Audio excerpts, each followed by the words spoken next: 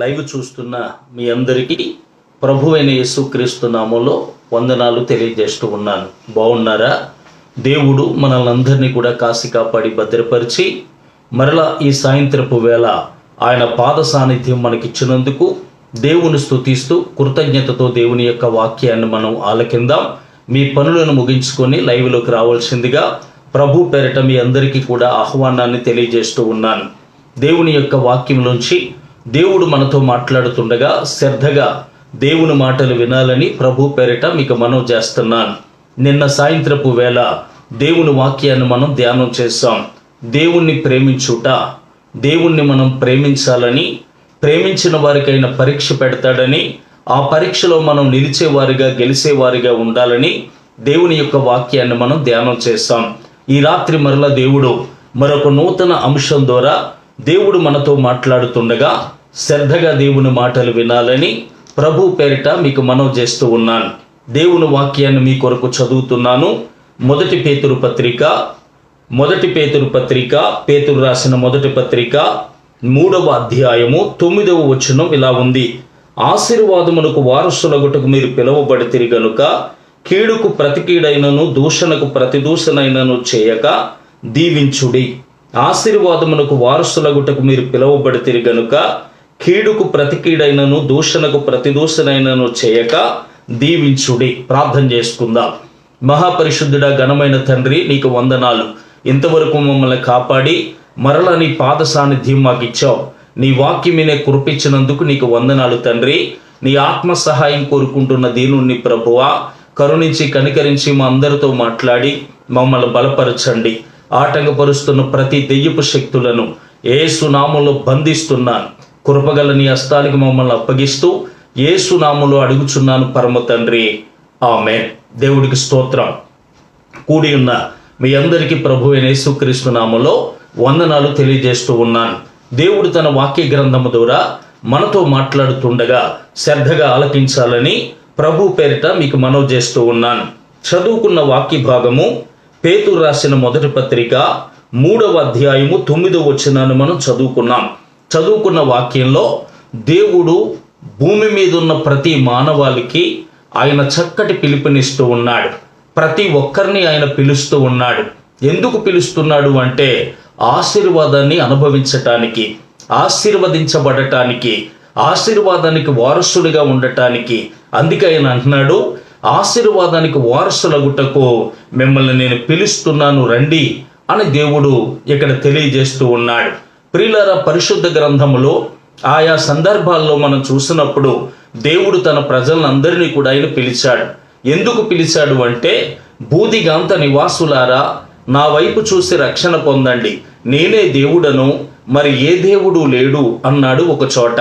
మరొక చోట, ప్రయాసపడి భారం మోస్తున్న సమస్త ప్రజలారా నా యొద్దకు రండి, నేను మీకు విశ్రాంతినిస్తాను అన్నాడు మరొక చోట. ఆశ్చర్యకరమైన తన ఎలుగులోనికి, అనగా చీకటిలో ఉన్న మనల్ని ఆశ్చర్యకరమైన ఆ ఎలుగులోనికి రండి అన్నాడు మరొక చోట. మీరు మహిమ పొందటానికి పిలువబడ్డారు అన్నాడు మరొక చోట.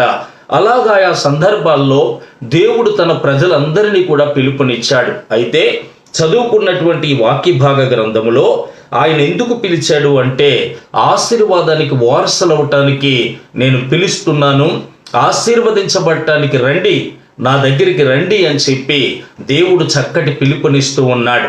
ఆ పిలుపు ఆలకించి ఎవరైతే ఆయన దగ్గరికి వస్తారో, ఎవరైతే ఆయన మాటలు వింటారో, ఎవరైతే ఆయన మాటల ప్రకారం చేస్తారో వారందరూ దీవించబడతారు, వారందరూ ఆశీర్వదించబడతారు.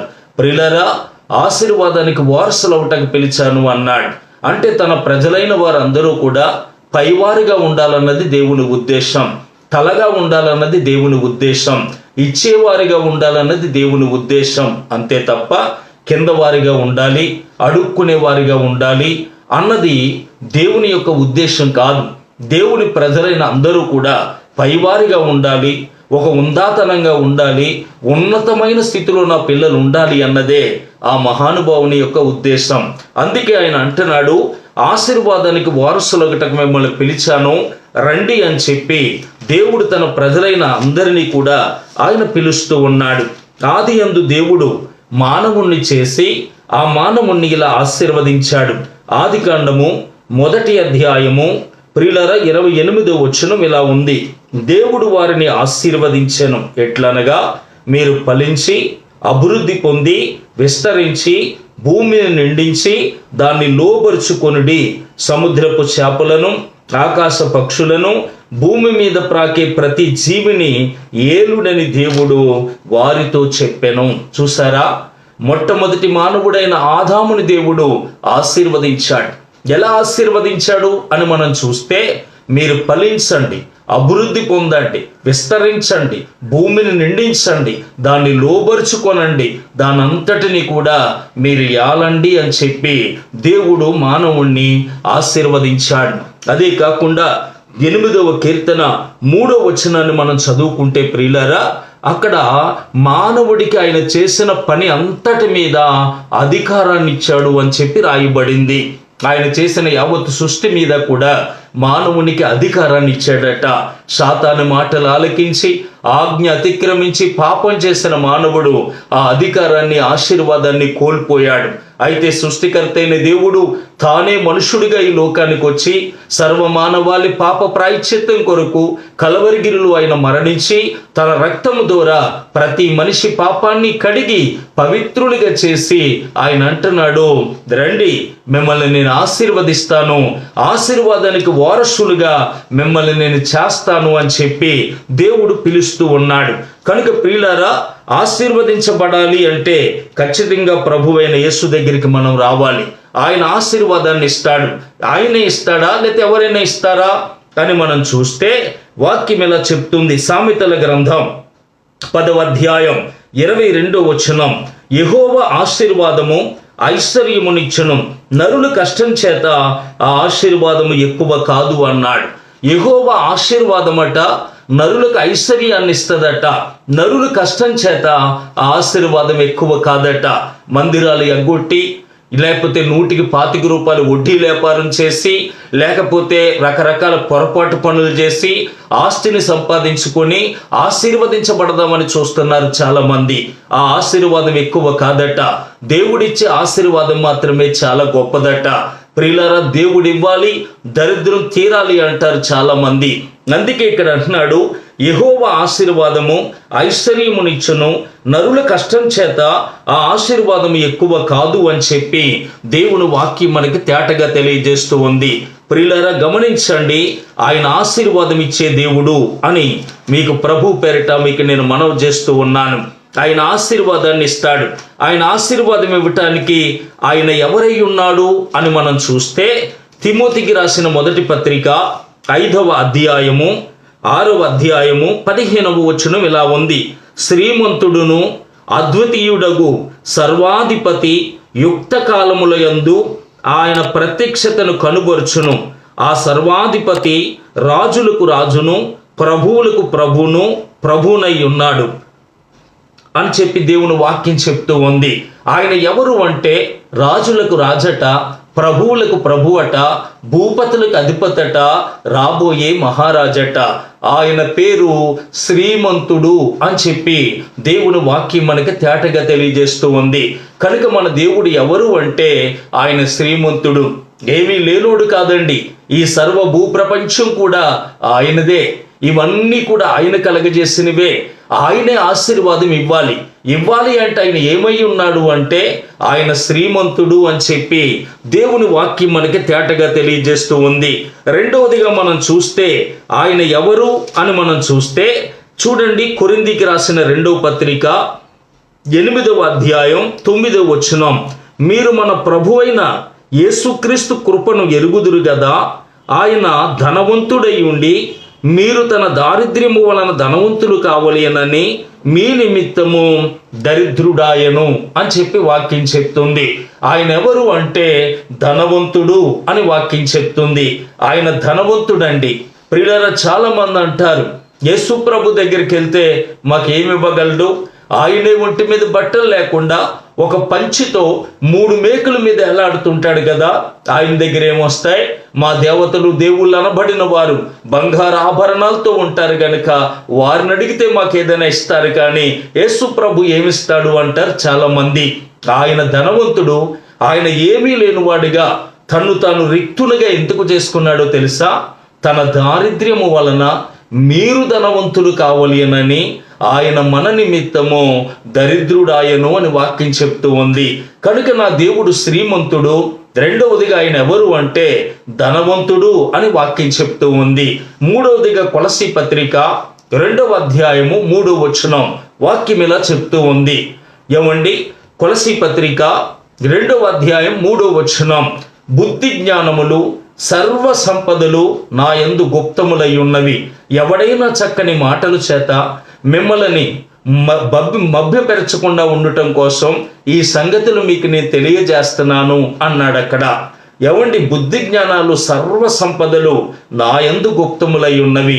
ఎవడైనా చక్కని మాటల చేత మిమ్మల్ని మోసపరచకుండానట్లు ఈ సంగతులు మీకు నేను తెలియజేస్తున్నాను అంటున్నాడు అపోస్తలుడైన పౌలు. ప్రియులరా, చాలా మందిని మోసపరిచే వారి లోకంలోకి వచ్చేసారు. ఆ మోసకరమైన మాటలే ఈరోజు మనుషులు ఆలకిస్తున్నారు. మనం మార్కెట్కి వెళ్తే అక్కడెవడో చిరిగిపోయిన బనెన్ వేసుకొని, మాసిపోయిన లింగి వేసుకొని, చిన్న మైకు పట్టుకొని అంటాడు, బుద్ధి ఉంగరాలండి, బుద్ధి ఉంగరాలు, ఈ ఉంగరాన్ని మీరు ధరిస్తే మీరు లక్షాధికారులు అయిపోతారు అంటాడు. వెంటనే మనం ఏం చేస్తామో తెలుసా? ఆ మార్కెట్కి వెళ్ళటం అనేసి ఆ ఉంగరాన్ని కొనుక్కొని ఏలుకు పెట్టేసుకుంటాం, లక్షాధికారులు అయిపోవాలని. యంత్రాలండు, యంత్రాలు, ఈ యంత్రాన్ని తీసుకెళ్ళి మీ ఇంటికాడ పెడితే మీరు కోటీశ్వర్లు అయిపోతారు అంటాడు. వెంటనే ఆ యంత్రం కూడా తెచ్చి మన ఇంటికాడ పెట్టి పూజలు చేస్తుంటాం. ప్రియులారా, ఒక ఉంగరాన్ని తీసుకొని మనం కోటీశ్వర్లం, ఒక యంత్రాన్ని తెచ్చుకొని మనం లక్షాధికారులు అయిపోతే మరి ఆడి దగ్గర 100 ఉంగరాలు ఉన్నాయి, ఆడెంత లక్షాధికారి అయిపోవాలి? ఆడి దగ్గర 100 యంత్రాలు ఉన్నాయి, ఆడెంత లక్షాధికారి అయిపోవాలి? ఒకసారి ఆలోచించారా?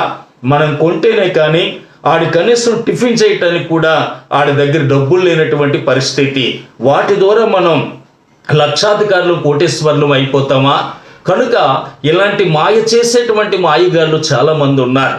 ఆ మాయ మాటల్లో పడి మీ జీవితాలను పాడు చేసుకోవద్దని ఈ చక్కని మాటల చేత మిమ్మల్ని మోసపరుచుకున్నట్లు ఈ సంగతులు మీకు నేను తెలియజేస్తున్నాను. బుద్ధి జ్ఞానాలు సర్వ సంపదలు ఆయన యందు గుప్తములై ఉన్నవి అంటున్నాడు. కనుక ప్రియులారా, నా దేవుడు ఎవరు అంటే ఆయన శ్రీమంతుడు. రెండవదిగా ఆయన ఎవరు అంటే ఆయన ధనవంతుడు. మూడవదిగా ఆయన ఎవరు అంటే సర్వ సంపదలు కలిగిన వాడని దేవుని వాక్యం మనకి స్పష్టంగా తేటగా తెలియజేస్తూ ఉంది. నాలుగవదిగా మనం చూస్తే రోమాపత్రిక, చూడండి 10వ అధ్యాయము 12వ వచనం, యూదుడని గీసు దేశస్థుడని భేదము లేదు, ఒక్క ప్రభువే అందరికీ ప్రభువై ఉండి తనకు ప్రార్థన చేయు వారందరి ఎడల కృప చూపుటకు ఐశ్వర్యవంతుడై ఉన్నాడు. చూసారా? యూదుడని గీసు దేశస్థుడని భేదము లేదు, ఆ కులమని ఈ కులమని భేదము లేదు. ఒక్క ప్రభువే అందరికీ ప్రభువై ఉండి తనకు ప్రార్థన చేయు వారందరి ఎడల కృప చూపటానికి ఆయన ఐశ్వర్యవంతుడై ఉన్నాడు అని వాక్యం చెప్తుంది. కనుక ఆయన శ్రీమంతుడు, ఆయన ధనవంతుడు, ఆయన సర్వ సంపదలు కలిగిన వాడు, ఆయనే ఐశ్వర్యవంతుడు. ఫిలిప్పీ పత్రిక 4వ అధ్యాయం 19వ వచనంలో, కాగా దేవుడు తన ఐశ్వర్యం చొప్పున క్రీస్తు యేసునందలి మహిమలో మీ ప్రతి అవసరాలు తీరుస్తాడని వాక్యం మనకి తేటగా తెలియజేస్తూ ఉంది. కనుక మనం ప్రార్థన చేస్తున్నప్పుడు ఎక్కువగా అనవలసిన మాటలేంటో తెలుసా? శ్రీమంతుడా, శ్రీమంతుడా, శ్రీమంతుడా, ధనవంతుడా, ధనవంతుడా, ధనవంతుడా, ఐశ్వర్యవంతుడా, ఐశ్వర్యవంతుడా, ఐశ్వర్యవంతుడా, సర్వ సంపదలు కలిగిన వాడా, సర్వ సంపదలు కలిగిన వాడా అని ఎక్కువగా నైత్యాన్ని పొగట్టం అనేది నేర్చుకోవాలి. ఈ మాటలు తరచుగా మన ప్రార్థనలో ఎక్కువగా మనం పలుకుతూ ఉండాలి. కనుక ప్రియులారా, ఆయన మనకి ఏమిస్తాడు అంటే ఆశీర్వాదం ఇస్తాడట. అది మనకి ఐశ్వర్యవంతుడిగా మనల్ని చేస్తుందట. కనుక ప్రియులారా, దేవుడు ఎవరు అంటే ఆశీర్వాదాన్ని ఇచ్చేవాడు. ప్రియులారా, ఆయన ఆశీర్వాదం ఇస్తే అది ఎన్నటికీ కూడా ఆశీర్వాదమేనట. ప్రియులారా, ఆయన దూరం తెరిస్తే దాన్ని మూసేవాడు లేడని, ఆయన మూస్తే దాన్ని తెరిచేవాడు లేడని దేవుని వాక్యం మనకి తేటగా తెలియజేస్తూ ఉంది. అయితే ఆయన ఇచ్చినటువంటి ఆశీర్వాదం ఎలాంటిది అని మనం చూస్తే 21 కీర్తన 3వ వచనం ఇలా రాయబడింది, శ్రేయస్కరమైన ఆశీర్వాదములతో నీవు అతన్ని ఎదుర్కొనుచున్నావు అన్నాడు. ఇక్కడ ఆయన తెచ్చే ఆశీర్వాదం ఎలాంటిది అంటే శ్రేయస్కరమైన ఆశీర్వాదం. అది శ్రేష్టమైన ఆశీర్వాదం దేవుడు మనకి అనుగ్రహిస్తాడట. ప్రమాదకరమైన ఆశీర్వాదాలు ఉన్నాయా? ప్రాణాంతకరమైన ఆశీర్వాదాలు ఉన్నాయా అంటే ఉన్నాయి కొన్ని. ఆకాను ఉన్నాడు. ప్రియులారా, ఆకాను 200 తులములు వెండిని, 50 తులాలు బంగారుని, చీనారు వస్త్రాన్ని తీసి తన గుడారములో దాచుకొని ఆశీర్వాదాన్ని పొందేద్దాం అనుకున్నాడు. కానీ చివరికి అది తన ప్రాణాన్ని తీసేసింది ప్రియులారా. అలాగే గెహాజీ ప్రియులారా ఆ రథం వెనకాల పడి అవి తెచ్చుకొని ఆశీర్వదించబడిపోదాం అనుకున్నాడు. కానీ తన కుటుంబానంతటికీ కూడా కుష్ఠి రోగాన్ని తెచ్చిపెట్టినట్లుగా మన వాక్యంలో చూస్తున్నాం.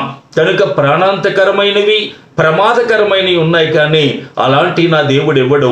ఆయన ఏమిస్తాడు అంటే శ్రేష్టమైన ఆశీర్వాదం, శ్రేయస్కరమైన ఆశీర్వాదాన్ని దేవుడు ఇస్తాడట.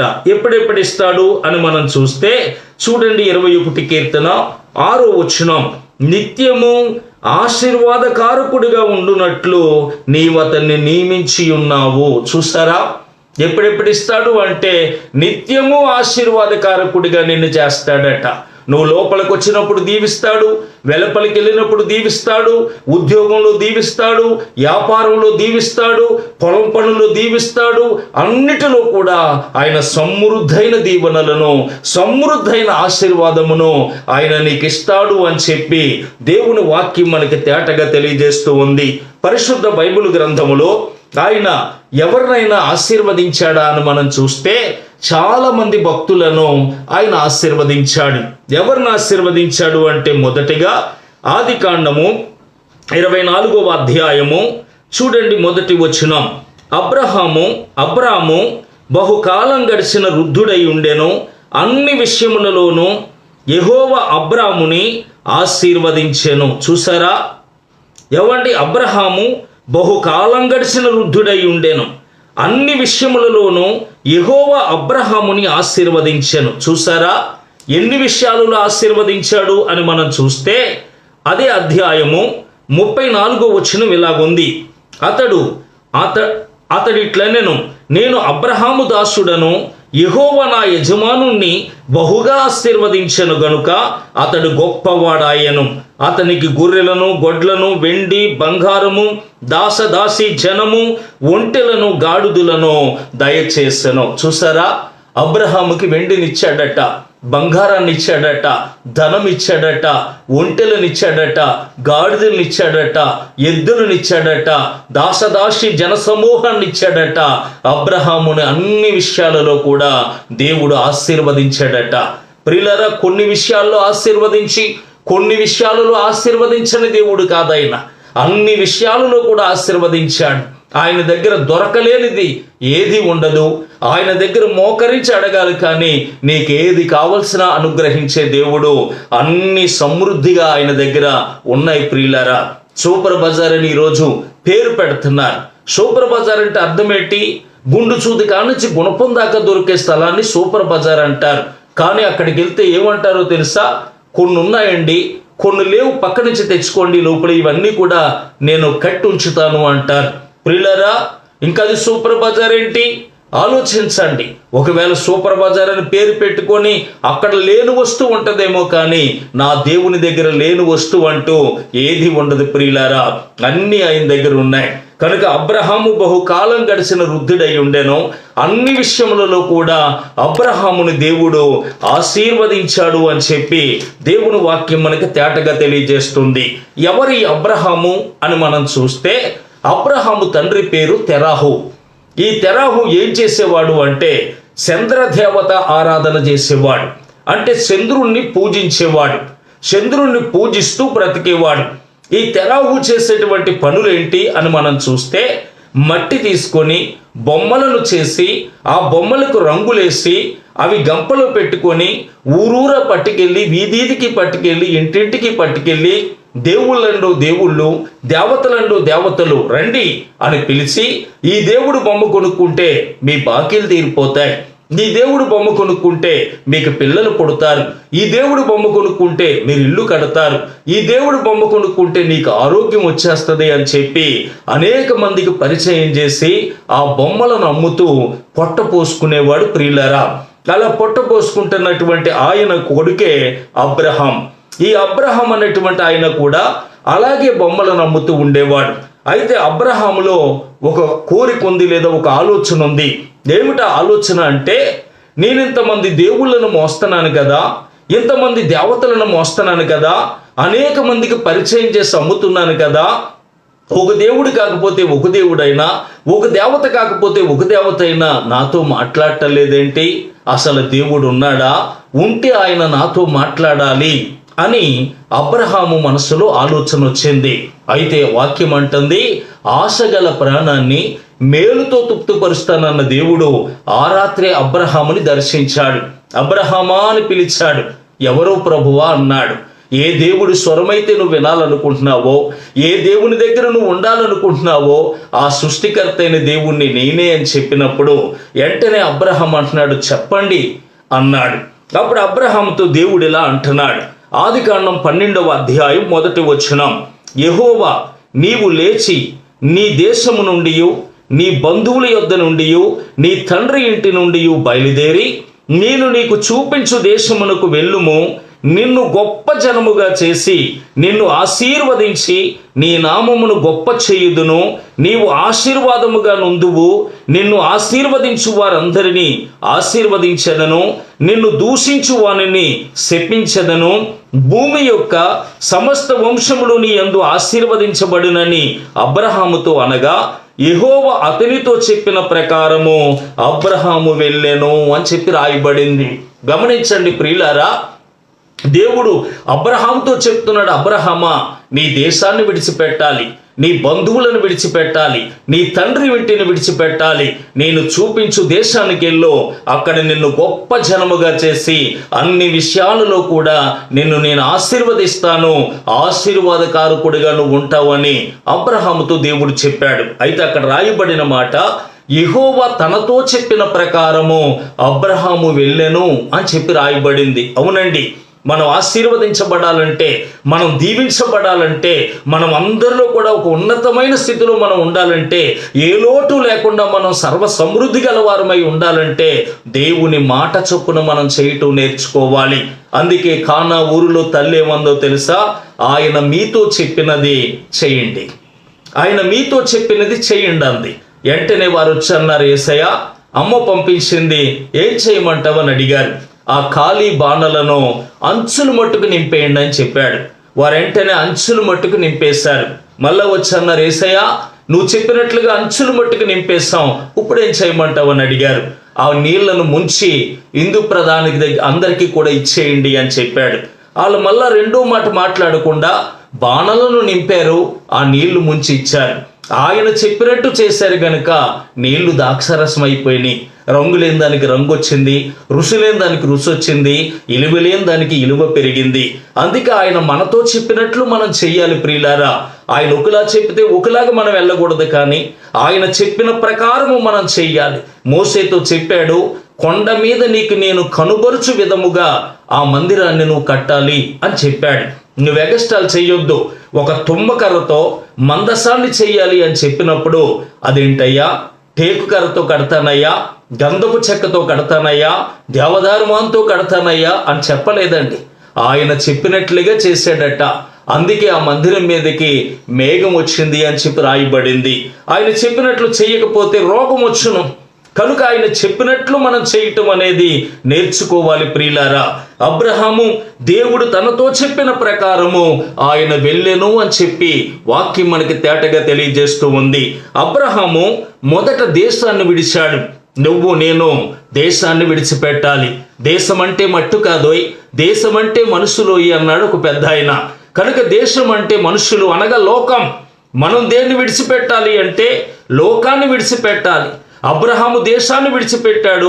వాక్యం వింటున్న నువ్వే దేన్ని విడిచిపెట్టాలంటే లోకాన్ని విడిచిపెట్టాలి. ఎందుకు విడిచిపెట్టాలి లోకాన్ని అని మనం చూస్తే అక్కడ అన్నాడు, ఎవడైనా లోకములైనను లోకములో ఉన్నవాటినైనను ప్రేమించకండి. లోకములో ఉన్నదంతా శరీరాశ, నేత్రాశ, జీవపడంబం, అవి తండ్రి వలన కలిగినవి కాదు. లోకము దానాశలు గతించిపోతాయని చెప్పి అక్కడ భక్తుడు తెలియజేశాడు ప్రియులారా. లోకము దాని ఆశలు గతించిపోతాయి గనుక లోకాన్ని నువ్వు విడిచిపెట్టాలి. ఒక చోట యాకోబు పత్రికలో అంటాడు, వ్యభిచారులారా, ఈ లోక స్నేహం దేవునితో వైర్యమని మీరు ఎరగరా అన్నాడు. కనుక ఈ లోకంతో స్నేహం చేయకూడదు, లోకస్తులతో స్నేహం చేయకూడదు. మనం ఖచ్చితంగా లోకానికి వేరై బ్రతకాలి. అందుకే ప్రభు చెప్పాడు, మీరు నా వారై ఉండునట్లుగా లోకములో నుండి మిమ్మల్ని ప్రత్యేకపరుచుకున్నాను అన్నాడు. దేవుడికి స్తోత్రం. గమనించండి ప్రియులారా, మనం ఆయన వారైనట్లుగా ఉండాలని లోకములో ఉన్న మనల్ని ఆయన ప్రత్యేకపరుచుకున్నాడట. మళ్ళా లోకంలో కలుస్తావా? లోకము ధనాశలు గతించిపోతాయి కదా, అలాంటి లోకములో ఎందుకు? లోక స్నేహం దేవునితో వైర్యమని వాక్యం చెప్తూ ఉంది. ఈ లోక అధికారి సాతానుడు కనుక ఆయనకి సంబంధించినటువంటి వారితో మనం ఏమాత్రం కూడా కలవకూడదని ప్రభు పేరిట మీకు మనవి చేస్తూ ఉన్నాను. ఈరోజు ఏం చేస్తున్నావు? లోకస్తులతో తిరుగుతున్నావు, లోక కార్యక్రమాల్లో పాలుపంపులు పొందుతున్నావు, లోకస్తులు చేసినట్లుగా చేస్తూ ఉన్నావు. చాలా మంది లోక ఆచారాలండి, లోకములో ఉన్న ఆచారాలను పట్టుకొని బయలాడుతూ ఉంటారు, లోకంలో ఉన్న ఆచారాలు పాటిస్తూ ఉంటారు. చాలా మందిని మనం చూస్తూ ఉంటే ప్రియులారా, శుభలేఖ ఇచ్చి ఆ శుభలేఖ మీద అంటాడు, ఇది పరిశుద్ధ వివాహ ఆహ్వానము అని ఫ్లెక్స్ వేస్తాడు. ఆ ఫ్లెక్స్ అక్కడ పెడతాడు. ఆ లోపలికి వెళ్ళి ఇంటికాడ చూస్తే అక్కడ పచ్చని పందిరి ఉంటుంది, అక్కడ ఒక రాట పాతేసి ఉంటుంది, దానికి మామిడాకులు కట్టి ఉంటాయి, అక్కడ కింద పసుపు రాసి బొట్టెట్టు ఉంటాయి, ఇన్ని అక్షంతలు అక్కడ ఉంటాయి. వాళ్ళు మళ్ళీ పేరుకు ఎవరంటే క్రైస్తవులు, ఆయన మేఘం వేసుకుని వస్తే ఎక్కేస్తారు. ఇది క్రైస్తవ జీవితం. ఏమంటే వివాహం అన్ని విషయములో ఘనమైనది అంటాడు. ఆ 4 ఏపులు 4 పసుపు రేఖలు పెడతాడు. ఏమని అడిగితే ఏమంటారో తెలుసా? లోకంలో ఉన్నాం కదా బాబయ్య, మాది పెద్ద పుట్ట. వాళ్ళందరూ ఒప్పుకోరంటారు. పుట్టలోనే ఉంటాయి పాములన్నీ, అది మర్చిపోకండి. మాది పెద్ద పుట్ట అంటారు. ఒకప్పుడు ఆ పుట్టంతా వచ్చిందా? నువ్వు అడుక్కొని తిన్నప్పుడు ఏమైపోయిందా పుట్ట? నువ్వు అనారోగ్యంగా ఉన్నప్పుడు ఏమైపోయిందా పుట్ట?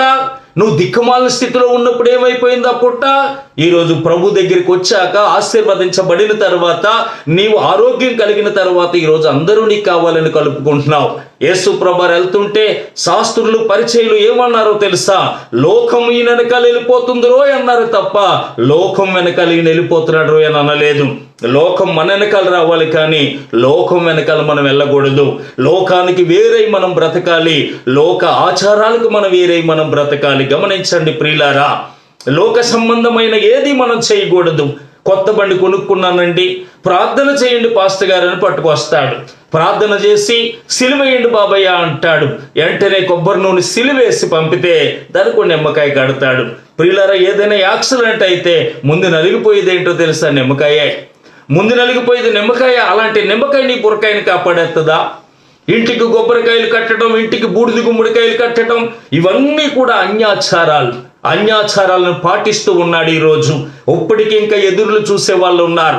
అలావిడ ఎదురు రావాలి, కూతురు ఎదురు రావాలి, కొడుకు ఎదురు రావాలి. పొలాలు ఎదురుతే ఎల్లడు, కొండలు ఎదురుతే ఎల్లడు, ఏమండి బేపనైన ఎదురుతే ఎల్లడు, మంగళైన ఎదురుతే ఎల్లడు, పిల్లు ఎదురుతే ఎల్లడు.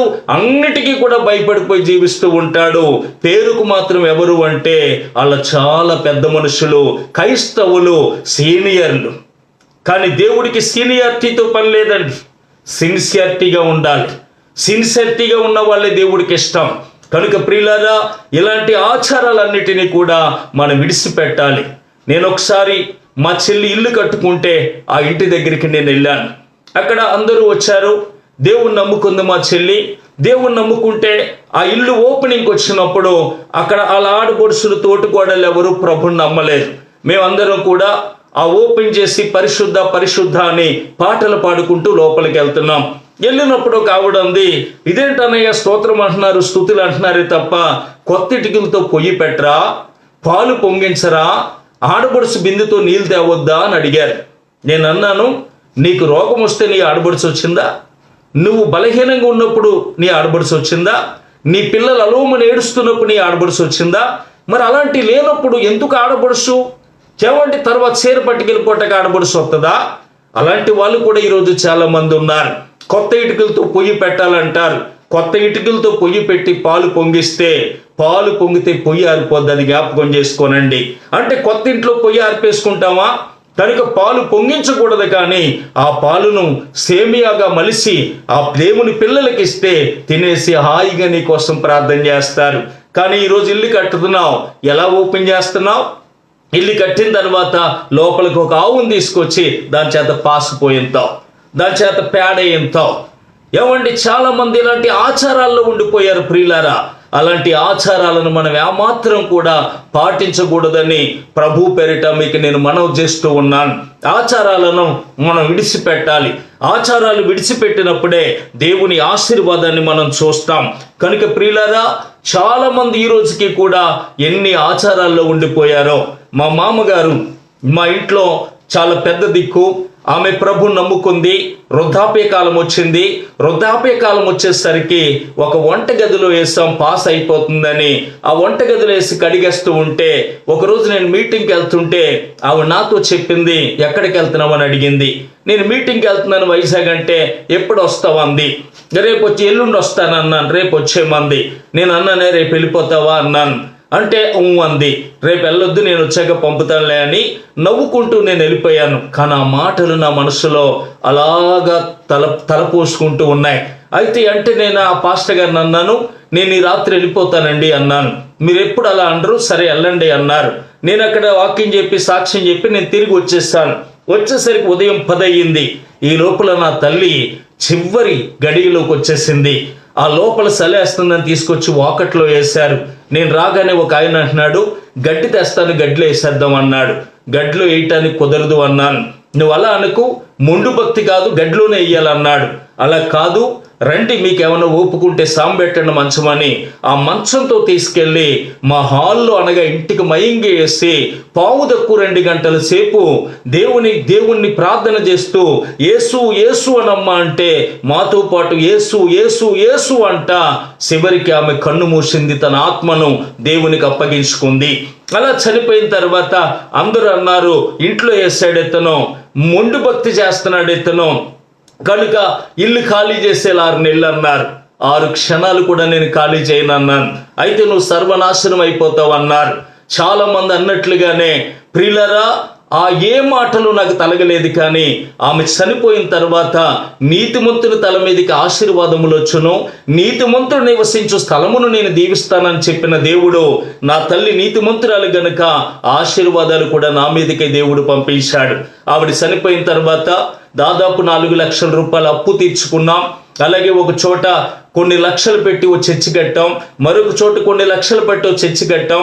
తర్వాత మంచి ఇల్లు కట్టుకున్నాం, అలాగే కారు కొనుక్కున్నాం. అన్ని విధాలా కూడా దేవుడు మమ్మల్ని ఆశీర్వదించాడే, కానీ దేని విషయంలో కూడా మేము పాడైపోలేదు. కనుక నువ్వు ఇంకా ఆచారాలు పాటిస్తున్నావేమో, ఆచారాల నుంచి బయటికి రావాలి. అందుకే అబ్రహాముతో దేవుడు అన్నాడు, అబ్రహామా నువ్వు దేశాన్ని విడిచిపెట్టన్నాడు. ఆ దేవుడే ఇప్పుడు నీతో చెప్తున్నాడు, లోకాన్ని విడిచిపెట్టాలి, లోక ఆచారాలు విడిచిపెట్టాలి. ప్రియులారా, ఇర్మియా గ్రంథం 10వ అధ్యాయంలో ఏముందో తెలుసా? అన్యజనుల ఆచారాలను అభ్యసింపకండి. ఏమన్నా, అన్యజనుల ఆచారాలు అభ్యసింపకండి. ఆకాశంలో కనబడు శిఖనాలకు వారు భయపడతారు, కానీ మీరు భయపడకండి అని చెప్పి దేవుడు తెలియజేశాడు. లేవియాకాండములో ఆయన ఏమని చెప్పాడో తెలుసా? లేవియాకాండములో ప్రియులారా ఆయన చెప్పిన మాట ఏంటో తెలుసా? నీ జంతువులు అన్యుల జంతువులు కలిసి మేయకూడదని చెప్పాడు. అంటే జంతువులు కలొద్దంటే నువ్వు కలిసిపోతావా గంగిరెద్దులాగా? ఏమన్నా, వాళ్ళు చేసుకున్న అలంకరణ అంతా చేసుకుని వాళ్ళతో పాటు వెళ్తుంటావా? ఒక్కసారి ఆలోచన చేయండి. లోకానికి వేరై మనం బ్రతకాలి, లోకాన్ని మనం విడిచిపెట్టాలి. రెండవదిగా మనం చూస్తే అబ్రహాముతో దేవుడు అన్నాడు, ఏమని చెప్పాడో తెలుసా? నువ్వు లోకాన్ని అనగా ఈ దేశాన్ని విడిచిపెట్టాలి అని చెప్పాడు. తర్వాత ఆయన చెప్పినటువంటి మాట ఏంటో తెలుసా? నీ బంధువులను విడిచిపెట్టాలి, నీ బంధువులను విడిచిపెట్టాలి. బంధువులు అనగా అర్థం ఏంటో తెలుసా? మన శరీర కార్యాలను విడిచిపెట్టాలి. ఇది మీకు అర్థమవుటకు చెప్తాను. దావీదు పాపం చేస్తున్నప్పుడు దావీదు దగ్గరికి నాతాను ప్రవక్త వచ్చి అన్నాడు, మహారాజా ఈ దేశంలో ఒక సంఘటన జరిగింది అని చెప్పాడు. ఏం జరిగిందో చెప్పండి అంటే, ఒక అతనికి 100 గొర్రెలు ఉన్నాయి, ఒక అతనికి 1 గొర్రె ఉంది. 100 గొర్రెలు ఉన్నటువంటి అతని దగ్గరికి బంధువులు వచ్చారు. మార్గదర్శకుడు ఒకడు వచ్చాడు, అనగా బంధువు వచ్చాడు. బంధువుకి ఆయన దగ్గరున్న గొర్రెల్లో ఒక గొర్రెను వధించి ఆయుత్తం చేయవలసింది ఆ ఏమీ ముట్టుకోకుండా ఈ ఒక్క గొర్రెని తీసుకెళ్లి వండి పెట్టాడు అని చెప్పాడు. అప్పుడంటేనే దావీదు అన్నాడు, ఆ దుర్మార్గుని కఠినంగా శిక్షించాలి, అతనికి ఒక గొర్రెకి 4 గొర్రెలు ఇవ్వాలి అని చెప్పాడు. ఆ దుర్మార్గుడు నువ్వేనని చెప్పి నాతాను ప్రవక్త చెప్పినప్పుడు దావీదు అన్నాడు, నేను పాపము చేశానని ప్రవక్త అయిన నాతాను దగ్గర ఒప్పుకున్నట్లుగా వాక్యంలో మనం చూస్తూ ఉన్నాం. ప్రియులారా, ఆ 100 గొర్రెలు ఉన్న వ్యక్తి దావీదు మహాచక్రవర్తి అయితే, ఆ దావీదు మహాచక్రవర్తి దగ్గరకు వచ్చిన ఆ బంధువు ఎవరో తెలుసా? మిద్దె మీద ఒంటరిగా తిరిగినప్పుడు ఒక ఆడావిడిని చూసి తన మనస్సులో కలిగిన కోరికే ఒక బంధువు. కనుక మనం ఏం విడిచిపెట్టాలి అంటే శరీర కార్యాలను మనం విడిచిపెట్టాలి, శరీర కోరికలను మనం విడిచిపెట్టాలి. ఆడదాన్ని చూసేసరికి సొల్లు కార్చుకుంటా నిలబడటం, మగాన్ని చూసేసరికి సొల్లు కార్చుకుంటా నిలబడటం, అక్కని చెల్లని కూతురని అమ్మని తేడా లేకుండా, అన్నని తమ్ముడని కొడుకని తేడా లేకుండా విడిగా మనం జీవించకూడదు. కానీ మన శరీర కోరికలు స్పష్టమై ఉన్నాయి గనుక ఆ శరీర కోరికలన్నిటిని మనం విడిచిపెట్టి బ్రతకాలి. నీకు ఆశీర్వాదం కావాలా? విడిచిపెట్టు. నువ్వు పతనానికి పోవాలా? ఇంకా పాటించు. కనుక నువ్వు ఆశీర్వదించబడాలంటే అబ్రహాము బంధువులను విడిచిపెట్టాడు, నీ శరీర కోరికలను విడిచిపెట్టాలి. 3వదిగా మనం చూస్తే నీ తండ్రి ఇంటిని విడిచిపెట్టు అన్నాడు. ఎవరు తండ్రి అని మనం చూస్తే మీరు మీ తండ్రి యొగు అపవాది సంబంధులు అని వాక్యం చెప్తూ ఉంది. మీరు మీ తండ్రి యొగు అపవాది సంబంధులు అన్నాడు.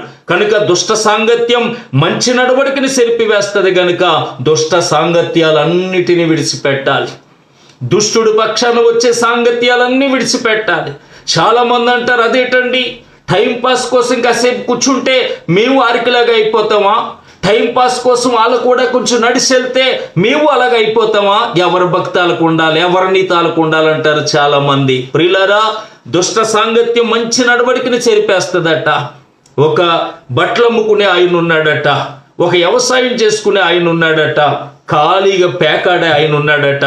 ఈ ముగ్గురు కూడా ఒక నావలో ప్రయాణమై వెళ్తుండగా ఒక తుఫాన్ వచ్చి కొట్టుకొని పోయి ఒక దివులో పాడేసిందట. ఆ దివు నుంచి బయటికి రావటానికి వీలు లేక కొన్నాళ్ళు అక్కడ ఉండిపోవలసి వచ్చింది. అలా ఉండిపోయే టైంలో ఏమీ తొయ్యట్లేదని నీ ఖాళీగా ఉన్నవాడు అన్నాడు, పేకాడదాం రండి అన్నాడట. మాకు తెలీదు, మేము అలాంటి ఆటలు ఆడమని చెప్పారు. అదేంటయ్యా ఖాళీగా ఉన్నారు కదా, టైం పాసే కదా అంటే, ఓ టైం పాస్ అవుతుందని పేకాడటం మొదలు పెట్టారట.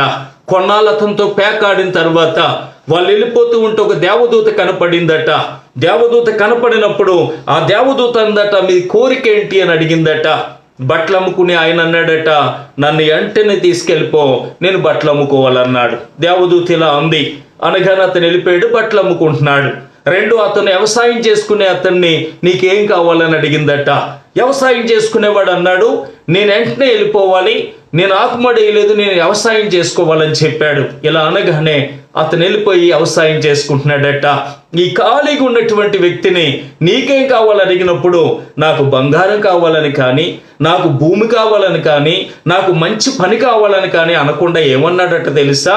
వాళ్ళిద్దరిని ఎందుకు పంపో, వాళ్ళని తీసుకురా, నేను పేకాడుకోవాలన్నాడట. వీడి మాట కోసం మరలా ఇలాగనగానే వాళ్ళిద్దరూ వచ్చేసారట అక్కడికి. ప్రియులారా, ఆడితో చేసిన సాంగత్యాన్ని బట్టి వారి 2 జీవితాలు పాడైపోయినట్లుగా ఈ కథలో మనం చూస్తున్నాం. కనుక అపవాది సంబంధమైన కార్యకలాపాలన్నిటినీ విడిచిపెట్టాలి, దుష్ట సాంగత్యాలన్నిటినీ కూడా మనం విడిచిపెట్టాలి. అలా విడిచిపెట్టినప్పుడు మాత్రమే దేవుడు మనల్ని ఆశీర్వదిస్తాడు అని చెప్పి దేవుని వాక్యము మనకి తేటగా తెలియజేస్తూ ఉంది. కనుక అబ్రహాముని అన్ని విషయాలలో కూడా దేవుడు ఆశీర్వదించడానికి కారణం ఏంటంటే దేశాన్ని విడిచిపెట్టాడు, బంధువులను విడిచిపెట్టాడు, తండ్రి ఇంటిని విడిచిపెట్టాడు, ఆయన చెప్పిన మాట చొప్పున వెళ్ళాడు. అలా వెళ్ళిన అబ్రహాముని అన్ని విషయాలలో కూడా దేవుడు ఆశీర్వదించాడు అని చెప్పి దేవుని వాక్యం మనకి తేటగా తెలియజేస్తూ ఉంది. రెండవదిగా ఆయన ఎవరిని ఆశీర్వదించాడు అని మనం చూస్తే ఆదికాండము 26వ అధ్యాయం 12వ వచనం, ఇస్సాకు ఆ దేశమందు ఉన్నవాడై విత్తనము వేసి ఆ సంవత్సరము 100 ఫలము పొందెను. యెహోవా అతన్ని ఆశీర్వదించెను గనుక ఆ మనుషుడు గొప్పవాడాయను. అతడు మిక్కిలి గొప్పవాడగు వరకు క్రమక్రమముగా అభివృద్ధి పొందుచూ వచ్చెను. చూసారా, ఇస్సాకు ఆ దేశమందున్నవాడ ఇత్తనం వేసి 100 ఫలము పొందాడు అని చెప్పి దేవుని వాక్యం మనకి తేటగా తెలియజేస్తూ ఉంది. ప్రియులారా, అందరూ నీరు కట్టినట్లుగా నీరు కట్టాడు, అందరూ ఇత్తనాలు వేసినట్లుగా ఇత్తనం వేశాడు, అందరూ ప్రియులారా కలుపు తీసినట్లుగా కలుపు తీశాడు, అందరూ పిండేసినట్టు పిండేశాడు, అందరూ మందు కొట్టినట్టు మందు కొట్టాడు, అందరూ కోసినట్లుగా కోత కోశాడు. అందరి 30 అయితే ఆయన 100 అయినాయి. ఈ రోజుల్లో 60 బత్తాలు పండించిన వ్యక్తిని ఉత్తమ రైతు అంటున్నారు. గుడి దగ్గర 4 కుర్చీలేసు మైక్ పెడితే అతను వచ్చి అంటాడు, నేను నాగార్జున వారి ఊరియా వాడాను, నాగార్జున వారి గుళుకులు వాడాను, అందుకే 60 పండించాను అంటాడు. ఈ ఆధునిక ప్రపంచంలో కంప్యూటర్ యుగంలో టెక్నాలజీ మారాక 60 బత్తాలు పండించడం గొప్ప కాదు, కానీ వేల సంవత్సరాల కిందట ఇస్సాకు ఇత్తనం వేసి 100 బత్తాలు పంటను కోశాడు, 100 ఫలాన్ని పొందాడు. ప్రియులారా, ఫిలిష్తీయులు అతని యందు అసూయ పడ్డారట.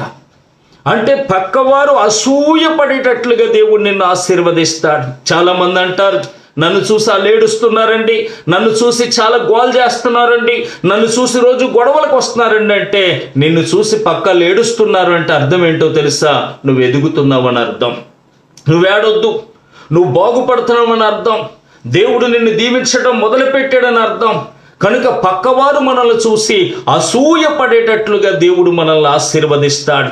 ఇస్సాకును అంతగా ఆశీర్వదించటానికి కారణం ఏంటని మనం చూస్తే 26వ చూడండి అధ్యాయం 1వ వచనాన్ని మనం చదివితే ఇలా ఉంది. ప్రియులారా, అబ్రహాము దినములలో వచ్చిన మొదటి కరువు గాక మరి ఒక కరువు ఆ దేశములో వచ్చెను. అప్పుడు ఇస్సాకు గెరారులోనున్న ఫిలిష్తీయుల రాజైన అబీమెలెకు నొద్దకు వెళ్ళెను. అక్కడ యెహోవా అతనికి ప్రత్యక్షమై, నీవు ఐగుప్తికి వెళ్ళక నేను నీతో చెప్పిన దేశమందు నివసించుము, ఈ దేశమందు పరవాసి ఉండుము, నేను నీకు తోడై ఉండి నిన్ను ఆశీర్వదిస్తాను. చూసారా, గమనించండి ప్రియమైన వారులారా, ఇక్కడ అబ్రహాము దినములలో వచ్చిన కరువు గాక మరో కరువు వచ్చిందట. ఆ కరువు కారణాన్ని బట్టి తన భార్యను, తన దగ్గర ఉన్నటువంటి జనసమూహాన్ని, గొర్రె మేకల మందల్ని తీసుకొని ఆయన బయలుదేరి వచ్చాడు. ఇస్సాకు గారి దగ్గర ఎంతమంది ఉన్నారు అంటే, ఆ రోజుల్లోనే అబ్రహాము దగ్గర 318 మంది జనం ఉన్నారని ఆ రోజుల్లో వాక్యంలో రాయబడింది. అయితే వారి భార్యలు, వారి పిల్లలు ఆ రోజుల్లో ఎంతమంది ఉన్నారో, అది ఇస్సాకు కాలం వచ్చేసరికి ఎంతగా అభివృద్ధిలోకి వచ్చారో ఆలోచించండి. ఆ ప్రజలందరినీ తీసుకొని ఆయన గెరారు దేశానికి అనగా ఫిలిష్తీయుల దేశానికి వచ్చి ఫిలిష్తీయుల రాజైన అబీమెలెకు దగ్గరకు వచ్చాడు. అలాగా వచ్చినప్పుడు దేవుడు దర్శనమందు ఇస్సాకుతో మాట్లాడుతున్నాడు. ఇస్సాకు, నువ్వు ఇక్కడికి వచ్చావు, ఇక్కడే ఉండు, పరవాసిగా ఉండు, నువ్వు స్టాండర్డ్గా కాదు పరవాసిగా ఉండు, నీకు నేను తోడై ఉంటాను, నిన్ను ఆశీర్వదిస్తాను, ఐగుప్తి దేశానికి వెళ్ళకు అని చెప్పాడు. అందుకనే ఇస్సాకుకి ఎన్ని కష్టాలు వచ్చినా, ఎన్ని నష్టాలు వచ్చినా, ఎన్ని బాధలు కలిగినా, ఎన్ని అవమానాలు కలిగినా, ఎన్ని నిందలు కలిగినా ఐగుప్తి దేశానికి తను వెళ్లకుండా అక్కడే నిలబడ్డాడు. గనుక ఆయన ఇస్సాకుని 100 ఆశీర్వదించాడు. ఇస్సాకుని చాలా అభివృద్ధి పరిచాడు, క్రమముగా ఆశీర్వదించాడు. ఐగుప్తి అనగా ప్రియులారా, మనం విడిచి వచ్చినటువంటి జీవితం, విడిచి వచ్చిన జీవితానికి మనం వెళ్ళకూడదు. ఈరోజు చాలా మంది బిడ్డకు బాగోపోతే రచ్చరెక్కి, ఇంట్లో బాగోపోతే గద్దె మీదకి, ఇంట్లో బాగోపోతే వాస్తులు చూడటానికి, ఇలాగ చాలా మంది పాత జీవితం వైపు వెళ్ళిపోతున్నారు. ప్రియులారా, మనసు బాగోపోతే మందు తాగేయటానికి ఇలాగ చాలా మంది పాడైపోతున్నారు. వెనక జీవితానికి మనం వెళ్ళకూడదు ప్రియులారా. అలా వెళ్ళే వాళ్ళు ఎవరంటుందంటే వాక్యం, కడగబడిన పందులు కక్కిన దాన్ని ఆశించే కుక్కలు అంటుంది వాక్యం. కనుక అలాంటి జీవితాలు మనకు ఉండకూడదు. ఇస్సాకు వలె మనం నిలబడినప్పుడు ఇస్సాకును దీవించిన దేవుడు మనల్ని కూడా ఆశీర్వదిస్తాడని ప్రభు పేరిట మీకు నేను మనవి చేస్తూ ఉన్నాను. కనుక ప్రియులారా, ఇంకా ఆయన ఎవరిని ఆశీర్వదించాడు అని మనం చూస్తే ఆదికాండము 48వ అధ్యాయము, ఆదికాండం 48 అధ్యాయం 3వ వచనంలో ఇలా ఉంది. ప్రియులారా, యోసేపును చూసి కనాను దేశమందరి లూజులో సర్వశక్తి గల దేవుడు నాకు ప్రత్యక్షమై లేదా నాకు కనబడి నన్ను ఆశీర్వదించెను. ఈ మాట ఎవరంటున్నారో తెలుసా? మన పితరుడైన యాకోబు తన కుమారుడైన యోసేపును చూసి, నాయనా యోసేపా, నేను లూజులో ఉన్నప్పుడు సర్వశక్తి గల దేవుడు నాకు కనబడి నన్ను ఆశీర్వదించాడు అని చెప్పాడు. ప్రియులారా, ఈ యాకోబు ఆశీర్వదించబడటానికి తండ్రిని మోసం చేసి అన్నను మోసం చేసి వెళ్ళి మామ దగ్గర మోసపోయి ఆయన తిరిగి మొత్తం మీద ఎబ్బేకు రేవు దగ్గరికి వచ్చేసాడు. వచ్చి తన అన్నగాన్ని చంపేస్తాడేమో అని తెలిసి తన కుటుంబాన్ని 2 గుంపులుగా చేసి కొంత ఆయన సంపాదించిన దాంట్లో అన్నగారి కానుక పంపేసి ఒంటరిగా మిగిలిపోయాడట ఎబ్బేకు రేవు దగ్గర. ఎబ్బేకు రేవు దగ్గరికి వచ్చేసరికి అంతటి రాత్రి అగును అని రాయబడింది. ప్రియులారా, యాకోబు వెంటనే దేవుడి దగ్గర ప్రార్థన చేస్తున్నాడు. ఏమన్నా తెలుసా? నన్ను ఆశీర్వదించు, నన్ను ఆశీర్వదించు, నువ్వు ఆశీర్వదిస్తేనే కానీ నేను వదలను, నన్ను ఆశీర్వదించంటుంటే దేవుడు అంటున్నాడు, వదలవయ్యా, నేను వెళ్ళిపోతాను, వెలుగొచ్చేలాగుంది అంటున్నాడు. దేవుని వాక్యంలో కాదు, పెద్దలు చెప్పారు ఒకసారి. ఏమనో తెలుసా? పట్టు పట్టరాదు, పట్టు విడవరాదు, పట్టు విడుచుట కంటే పడిసచ్చుట మేలు అన్నారు. పట్టు పట్టేయకూడదట, పడితే అసలు వదలకూడదట, వదిలేసే కంటే పడి చచ్చిపోవటం మంచిదన్నారు. ఇక్కడ అలాగే పట్టుకున్నాడు యాకోబు గారు. పట్టుకున్న నన్ను ఆశీర్వదిస్తే కానీ నేను వదలంటే ఒక తన్ను తన్నాడు. తొడగూడు ఉసులైపోయిందట. అయినా సరే వదలలేదట. అయినా సరే వదలకపోయేసరికి అప్పుడు దేవుడు అంటున్నాడు, నీ పేరేంటి అన్నాడు. నా పేరు యాకోబు, అనగా నేను మోసగాన్ని, నేను చాలా మోసగాన్ని. నా అన్నను మోసం చేశాను, తండ్రిని మోసం చేశాను, మామ చేత మోసపోయాను. శాంతి లేక, సమాధానం లేక, నెమ్మది లేక, ఆనందం లేక అల్లాడిపోతున్నాను. ఎదరికెళ్తే అన్నగారు చంపేస్తాడు, వెనకాలేమో మాంగారు చంపటానికి వస్తున్నాడు. మరణము కింద నేను ఉన్నాను, నన్ను ఆశీర్వదిస్తేనే కానీ నేను వదలను అన్నాడు. ప్రియులారా, కొన్ని దినాల ముందు తండ్రి అడిగితే ఏమన్నాడో తెలుసా? నా పేరు యాసావు అన్నాడు. తండ్రి దగ్గర అబద్ధం ఆడాడు, కానీ పరమ తండ్రి దగ్గర మాత్రం అబద్ధం ఆడలేక నిజస్థితిని చెప్తున్నాడు. మనం కూడా మన దేవుడైన యెహోవా ఎదుట లేదా యేసయ్య ఎదుట మన నిజస్థితిని ఒప్పుకోవాలి. అతిక్రమలు దాచిపెట్టువాడు వర్ధల్లడు, వాటిని ఒప్పుకొని ఇడిచిపెట్టువాడే కనికరం పొందుతాడని వాక్యం చెప్తుంది. మన స్థితి అంతా దేవుడి దగ్గర చెప్పుకోవాలి. బైబిల్లో మనం చూస్తే ఆయా సందర్భాల్లో సంగతంతయు ఆయనతో చెప్పెను అని చెప్పి రాయబడింది. మన సంగతంతా దేవుడి దగ్గర మనం చెప్పుకోవాలి. ప్రభు, నువ్వేమేం మోసాలు చేసావో, ఏమేం పాపాలు చేసావో, ఎలాంటి స్థితిలో నువ్వు ఉన్నావో దేవుని దగ్గర మోకరించి కన్నీర్చ కార్చి నీ స్థితిని నువ్వు చెప్పుకున్నప్పుడు దేవుడు నిన్ను యాకోబును ఆశీర్వదించినట్లు నిన్ను ఆశీర్వదిస్తాడు. నేను మోసగాన్ని ప్రభువా అని చెప్పి ఎప్పుడైతే చెప్పాడో దేవుడు అంటున్నాడు, ఇక నీ పేరు యాకోబు కాదు, ఇశ్రాయేలు. నువ్వు దేవునితోనూ మనుషులతోనూ పోరాడి జయమొందితివి గనుక ఇక నుంచి నీ పేరు ఇశ్రాయేలు అన్నాడు. నా దేవుడు ఒక వ్యక్తిని ఆశీర్వదిస్తాడు. ఎలాగో తెలుసా? పేరు మారిపోయేలా ఆశీర్వదిస్తాడు. పేరు మారిపోయేలాగా ఆశీర్వదిస్తాడు. అంతటా యాకోబు బయలుదేరేసరికి సూర్యోదయమాయను అని రాయబడింది. యాకోబు మోసగారి బ్రతుకు చీకటి బ్రతుకు అక్కడితో అంతమైపోయింది. నీతి సూర్యుడైన యేసు ప్రభువారు తన జీవితంలో ఉదయించాడు. కనుక ప్రియులారా, ఆశీర్వాదానికి వారసులు అవ్వటానికి రండి అని దేవుడు పిలుస్తున్నాడు. ఆయన ఆదాముని ఆశీర్వదించాడు, ఫలించి అభివృద్ధి పొంది విస్తరించి భూమిని నిండించి దాన్ని లోబరుచుకొని దాన్ని ఏలండి అని. మొట్టమొదటి మానవుడైన ఆదాముకైనా అధికారాన్ని ఇచ్చాడు అంతటి మీద. పాపం చేసి అధికారాన్ని కోల్పోతే దేవుడే మనుషుడిగా వచ్చి ఆయన మన పాపాల కొరకు కలవరగిరిలో మరణించి ఆయన రక్తము ద్వారా మన పాపాలను కడిగి పరిశుద్ధపరిచి రండి నేను మిమ్మల్ని ఆశీర్వదిస్తాను అంటున్నాడు. ఆశీర్వదించటానికి ఆయన ఎవరు అంటే ఆయన శ్రీమంతుడు అంటుంది బైబిల్. 2 ఆయన ధనవంతుడు అంటుంది బైబిల్. 3 ఆయన సర్వసంపదలు కలిగిన వాడు అంటుంది బైబిల్. 4వదిగా ఆయన ఐశ్వర్యవంతుడు. ఆ దేవుడే రమ్మంటున్నాడు. ఆయన ఇచ్చే ఆశీర్వాదం శ్రేష్టమైంది. ఎప్పుడెప్పుడు ఇస్తాడు? నిత్యము ఆశీర్వాదకారకుడిగా నిన్ను చేస్తాడు. ఆయన పాదాల దగ్గరికి వస్తే నువ్వు దీవించబడతావు, నువ్వు ఆశీర్వదించబడతావు. ఈ రోజున్న కరువు, ఈ రోజున్న అవమానం, ఈ రోజు పడుతున్న బాధ, ఈ రోజున్న అప్పుల స్థితి అన్నిటినీ కూడా మబ్బు తొలగినట్లుగా తొలగించి నీకు ఒక ఉన్నతమైన స్థితిని ఇవ్వటానికి నా దేవుడు సమర్థుడు.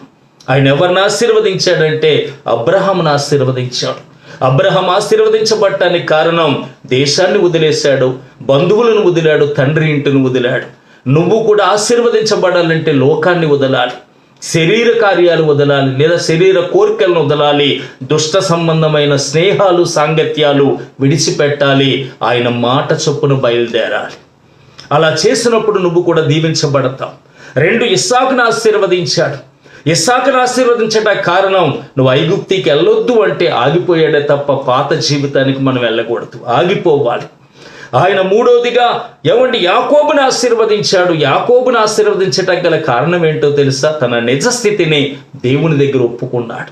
మన నిజస్థితిని కూడా దేవుని దగ్గర ఒప్పుకొని మనం ప్రార్థనలో గడిపినప్పుడు దేవుడు మనల్ని కూడా ఆశీర్వదిస్తాడు. ఇంకా ఆయన ఎవరిని ఆశీర్వదించాడు, ఏం చేస్తే మనం కూడా ఆశీర్వదించబడతాం అనేది రేపు సాయంత్రం మరలా దేవుని వాక్యాన్ని మనం ధ్యానం చేద్దాం. దేవుడి మాటలు దీవించునుగాక. ఆమేన్. ప్రార్థన చేస్తాను. మహాపరిశుద్ధుడా, ఘనమైన తండ్రి, నీకు వందనాలు. ఎన్న వాక్యాన్ని బట్టి నీ పిల్లలందరినీ కూడా దీవించండి, ఆశీర్వదించండి. వారి ఇబ్బందులు తొలగించి స్వస్థపరిచి సంపూర్ణమైన ఆరోగ్యవంతులుగా చేసి ఆయుష్నిచ్చి నీ పాదాల చెంత కూర్చునే భాగ్యం ఇవ్వండి. కూడిన బిడ్డలందరినీ నన్ను నీ చేతులకు అప్పగిస్తూ రేపు రాత్రికి మరలా దేవుని వాక్యాన్ని ధ్యానించే కృపిమ్మని యేసునామములో అడుగుచున్నాం పరమ తండ్రి. ఆమెన్. సర్వశక్తుడైన యేసయ్య కృప నిత్యము మీకు తోడైయుండును గాక. ఆమెన్. ప్రియులారా, ఈ కార్యక్రమాలు మీరు చూస్తున్నారు.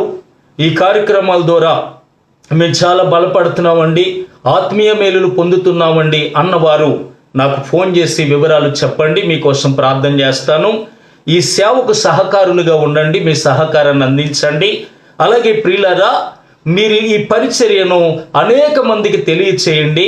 అలాగే మా యూట్యూబ్ ఛానల్ని సబ్స్క్రైబ్ చేసుకోండి, షేర్ చేయండి, మా కోసం ప్రార్థించండి. మా ఫోన్ నెంబర్ 88515177, మరో నెంబర్ 88515277. ఫోన్ చేయండి, మీకోసం ప్రార్థన చేస్తాను, మా కోసం ప్రార్థన చేయండి. రేపు రాత్రి మళ్ళీ ఇదే సమయానికి ఖతిమ వాక్యాన్ని మనం ధ్యానం చేద్దాం. మీరు చూసేటువంటి ఈ కార్యక్రమాల్లో పార్ట్ 1, పార్ట్ 2 అని వస్తున్నాయి. 1 చూస్తేనే కానీ 2 మీకు అర్థం కాదు. కనుక అది గమనించి వాక్యాలను క్రమాలుగా మీరు చూడాలని, క్రమంగా చూడాలని ప్రభు పేరిట మీకు తెలియజేస్తున్నాను. దేవుడు మిమ్మల్ని దీవించునుగాక. రేపు రాత్రి కలుద్దాం. ఆమేన్. అందరికీ వందనాలు.